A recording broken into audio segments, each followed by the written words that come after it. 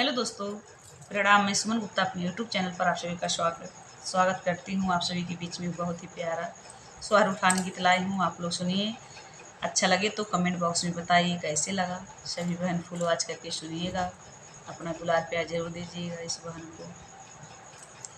ससुर जी के ऊंची महलिया तब न बेअर बहे, तब न बेअर बहे हो राजा। धीरे धीरे बेनिया डोलाओ, गरम मोहे लागई, गरम मोहे लागई हो राजा। धीरे धीरे बेनिया डोलावा, गरम मोहे लागई, गरम मोहे लागई हो।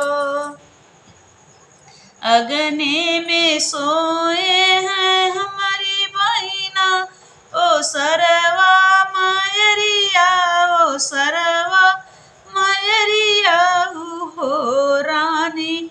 चुरुर मुरुर बेनिया डोल, शरम मोहे लागई, शरम मोहे लागई हो रानी। चुरुर मुरुर बेनिया डोल, शरम मोहे लागई, शरम मोहे लागई हो।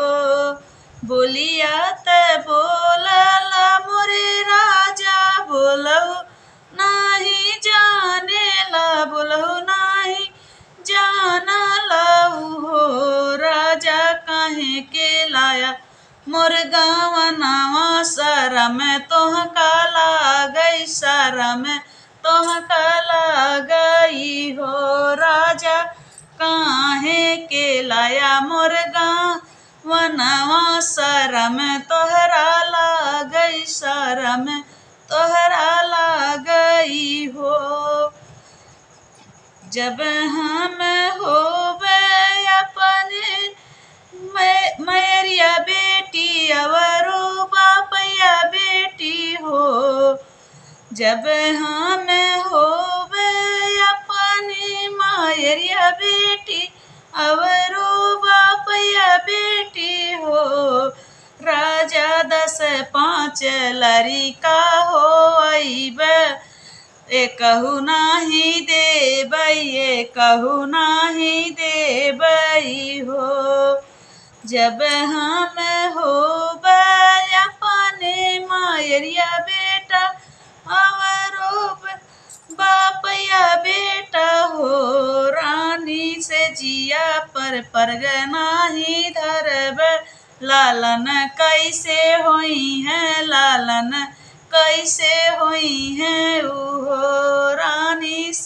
से जिया पे परगनाही धरब, लालन कैसे होई है, लालन कैसे होई है उहो। प्लीज़ सिस्टर लोग कैसे लगा गाना कमेंट बॉक्स में जरूर बताइएगा।